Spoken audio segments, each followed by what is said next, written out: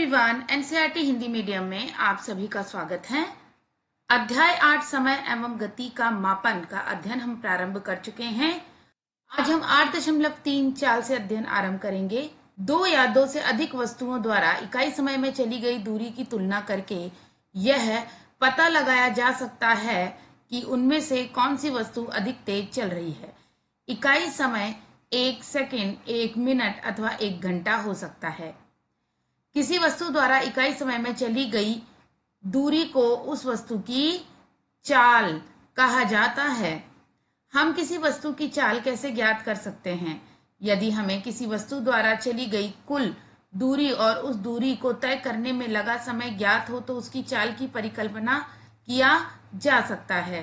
किसी वस्तु की चाल उसके द्वारा चली गई कुल दूरी को उस दूरी को चलने में लगे कुल समय से विभाजित करके प्राप्त होती है।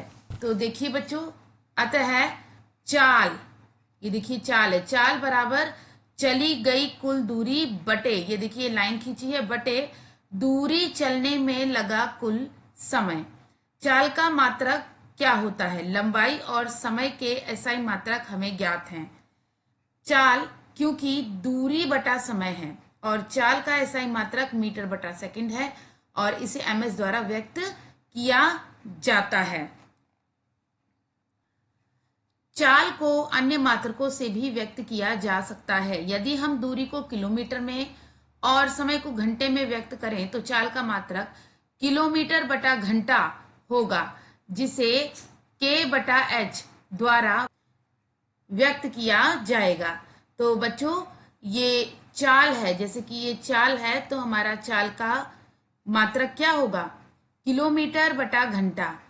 तो इसके लिए हम लिखेंगे किलोमीटर को हम k m और बटे घंटे को हम h यानी r से व्यक्त करेंगे। तो चलिए उदाहरण 8.1 देखते हैं। स्वाति का विद्यालय उसके घर से 3.6 किलोमीटर की दूरी पर है। साइकिल चलाकर वह अपने घर से विद्यालय तक 15 मिनट में पहुंचती है। उसकी साइकिल की चाल को m/s में परिकल्पित कीजिए। हल। अब इसका हल क्या है? अब देखिए, हमें साइकिल की चाल निकालनी है। हमने पहले भी देखा है कि किसी भी वस्तु की चाल निकालने के लिए यह इसका क्या होता है? फार्मूला होता है। तो इसमें क्या है? चली गई दूरी, दूरी तय करने में लगा कुल समय। अब चली गई दूरी यानी कितनी दूर है स्वाति का विद्यालय उसके घर से?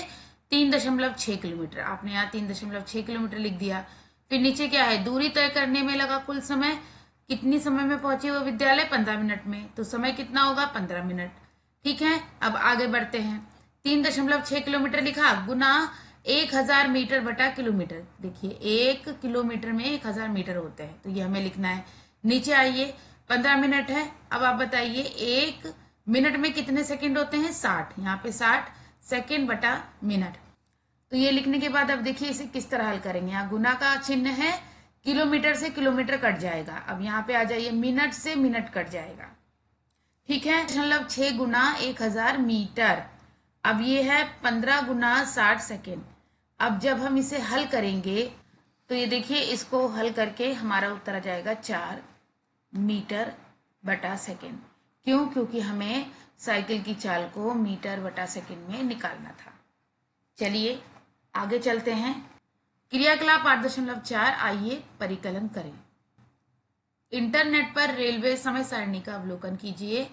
आप जिस स्थान पर रहते हैं उसके निकटतम रेलवे स्टेशन पर रुकने वाली किसी रेलगाड़ी की पहचान कीजिए। आगे के जिस स्टेशन पर यह रेलगाड़ी रुकती है उसके नाम का पता लगाइए। रेलवे समय सारणी से उस स्टेशन की दूरी भी ज्ञात कीजिए। रेलगाड़ी का आपका स्टेशन छोड़ने और अगले स्टेशन पर पहुंचने का समय भी रेलवे समय सारणी पर देखकर अभिलेखित कीजिए। इन दोनों स्टेशनों के बीच की दूरी तय करने में रेलगाड़ी द्वारा लिए जाने वाले समय का परिकलन करने के लिए इन दो समय मानों का अंतर निकालिए।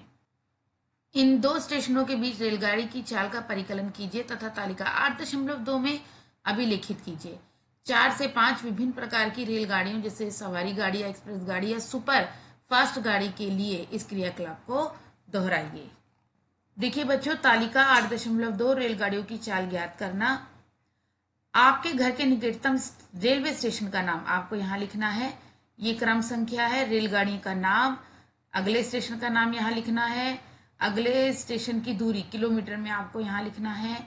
अगले स्टेशन तक जाने में लगा समय, ये देखिए एच यानी घंटे में आपको यहाँ लिखना है। इन दो स्टेशनों के बीच रेलगाड़ी की चाल किलोमीटर बटा आर यानी घंटे में यहाँ पे आपको लिखना है।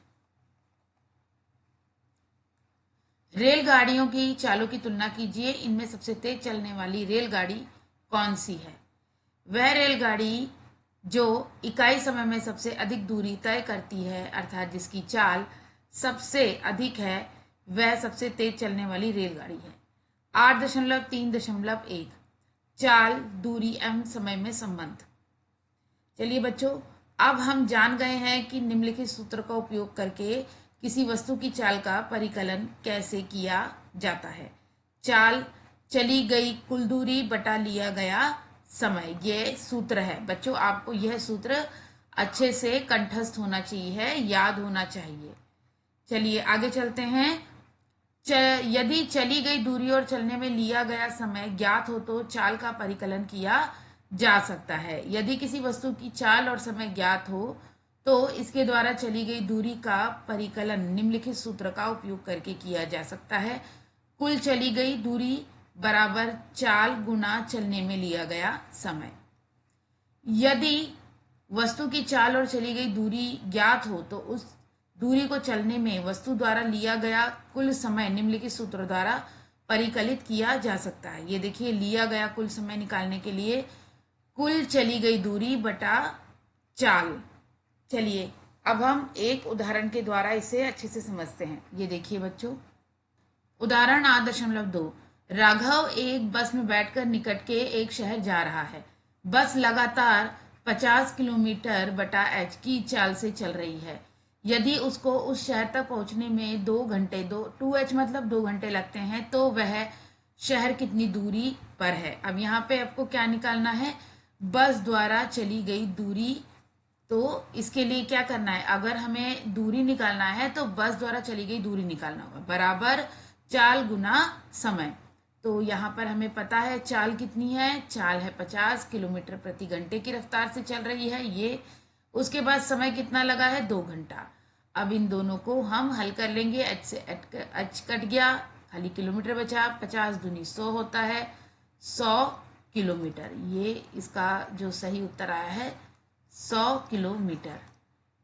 ठीक है बच्चों, तो इस तरीके से हमने ये ज्ञात कर लिया कि वह शहर 100 किलोमीटर की दूरी पर है।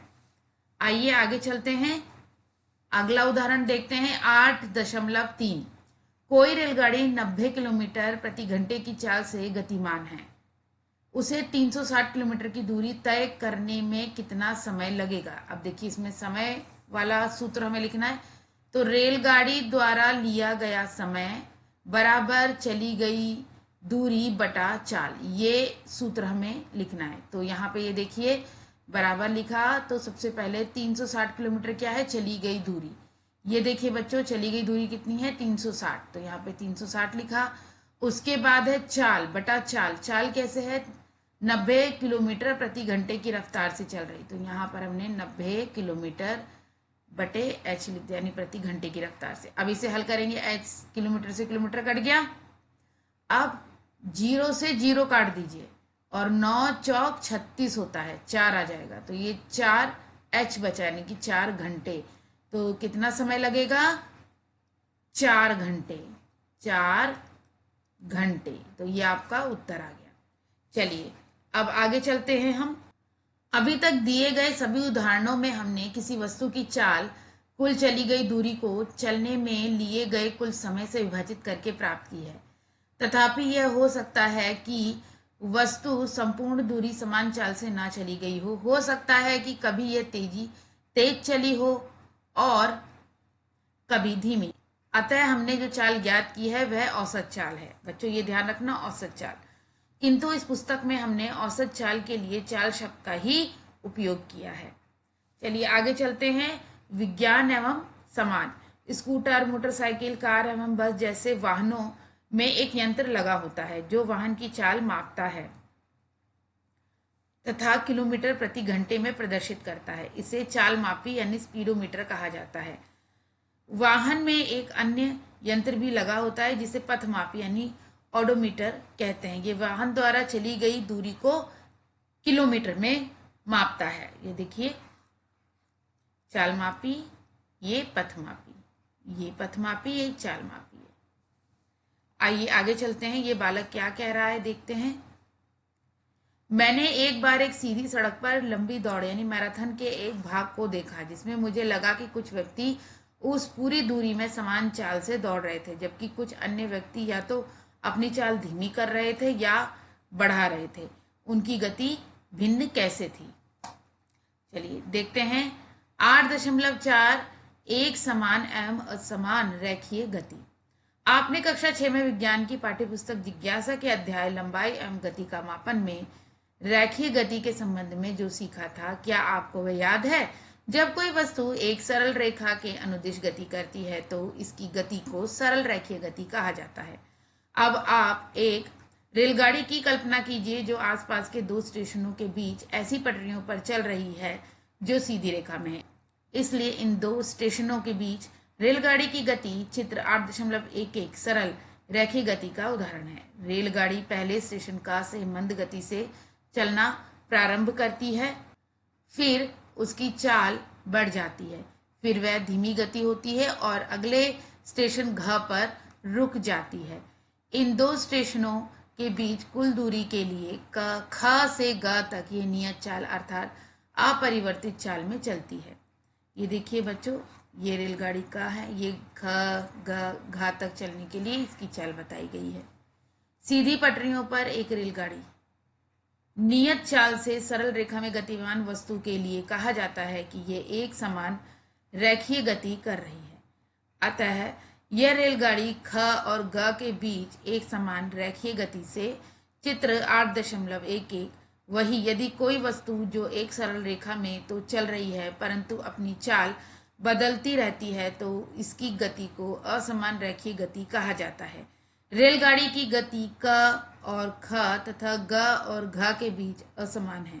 चित्र 8.11। आइए आगे देखते हैं। कोई वस्तु जब एक समान रेखीय गति करती है तो यह समान समय समान अंतरालों में समान दूरियां तय करती है, जबकि असमान रेखीय गति में यह समान समय अंतरालों में भिन्न भिन्न दूरियां तय करती है।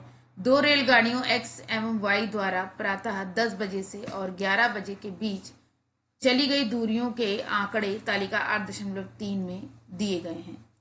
ये देखिए बच्चों, ये तालिका 8.3 है। 10 मिनट के समान समय अंतरालों में दो रेलगाड़ियों द्वारा चली गई दूरियां। ये देखिए, समय 10 बज रहे हैं, स्थिति अभी वहीं पर है, दूरी कुछ भी नहीं है, स्थिति भी, दूरी, ये दोनों की समान स्थिति और दूरी है। ये रेलगाड़ी x है, यह रेलगाड़ी y है। अब देखिए 10:10 पे कहाँ पर x रेलगाड़ी 20 किलोमीटर पे, दूरी 20 है, इसकी स्थिति क्या है 20 है, इसकी भी 20 है। 10:20 पे देखिए इनकी किलोमीटर कितना तय किया 40 और दूरी कितनी है 20। इसने किलोमीटर क्या तय की 35, दूरी कितनी है 15।